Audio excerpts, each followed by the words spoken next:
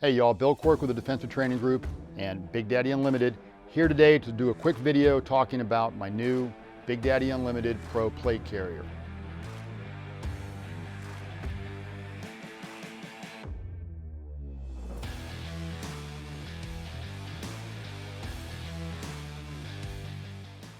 So I just picked this up yesterday. I've got it basically set up. I'm going to use this as my primary teaching and training plate carrier for this point going forward. And we'll come back in a couple of months and kind of give you some updates and my thoughts on how it's worked out. But wanted to do a quick video just today talking about the initial setup and some plate carrier concepts about how you should set them up and how you need to get them configured for your body. So to talk about this one, we already did a video on this. This is a new product for Big Daddy Unlimited. And it's a minimalist but scalable plate carrier. And I like a lot of the features that we've got here. We already talked about all those, so I'm not going to get into too much here. But as far as how I've got mine specifically configured, this is the placard that I'm going to use mostly. So the way this works is these are secured on the back panel here with Velcro. These placards are from Velocity Systems, one of my favorite companies.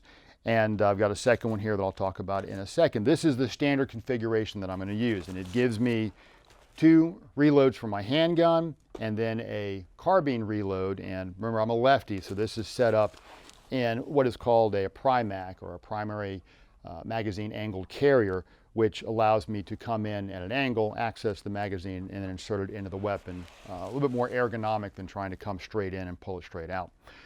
I've also got my IFAK, my medical kit down here with a tourniquet mounted on the front.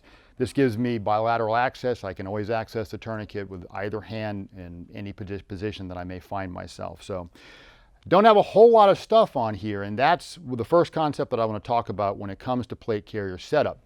Is the tendency is to put everything on here, and there may be items that make sense, that for which you can articulate a legitimate purpose, but I caution you, when you're carrying all this stuff, especially for an actual work situation or for a training class, or if you're just out rucking in the woods or whatever, wherever you might find yourself wearing this kit, the more stuff you've got on there, that's more weight that's going to be dragging you down.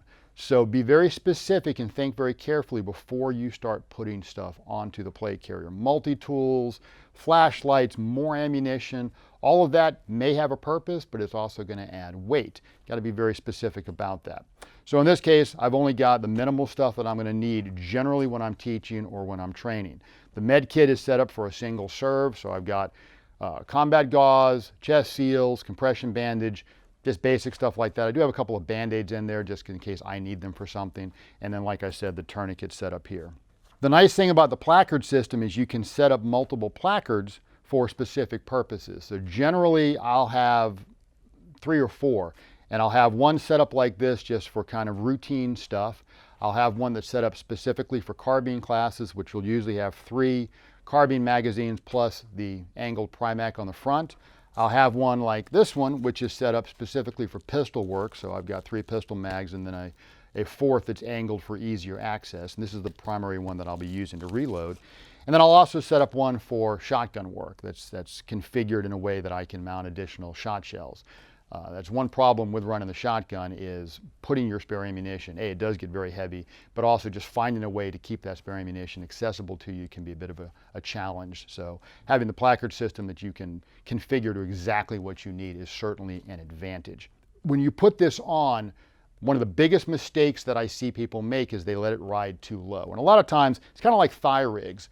You get it out of the package and you put it onto your belt, and we don't think, well, that's how it was set up. That must be the way it's supposed to be run, and it's not the case. You need to configure this and adjust the shoulder straps and the cummerbund so that it is fit for your body. Specifically, what you're looking to do is get the plates up high enough so they actually give you protection on that high thoracic chest, both front and rear.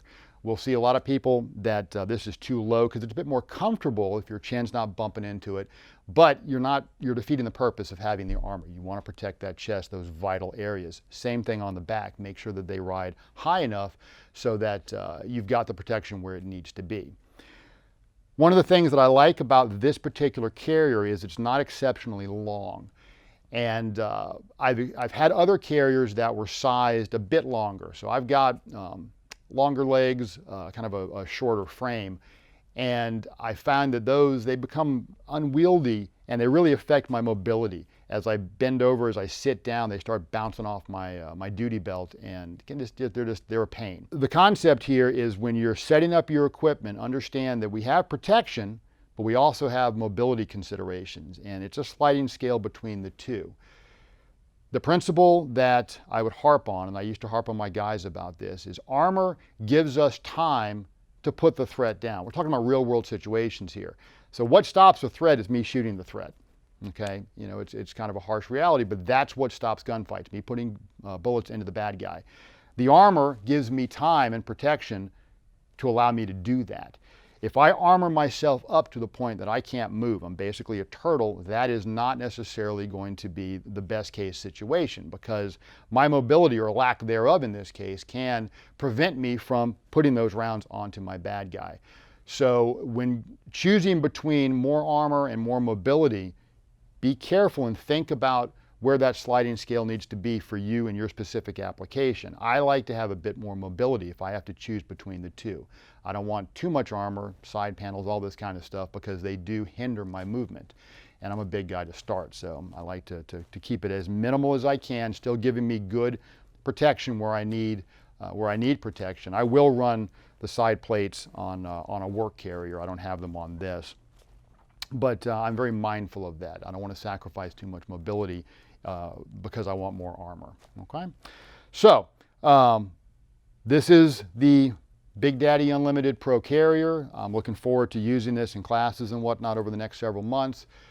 We'll come back after that and I'll give you my thoughts and some feedback, some more ideas about how this has worked and if I've changed anything, because inevitably I will. I'll tweak some stuff as I find out, well, this would work better if it was here. But for the time being, if you have any questions, leave them below. If you have any comments, leave them below. Give us a like, give us a share, and as always, y'all stay safe.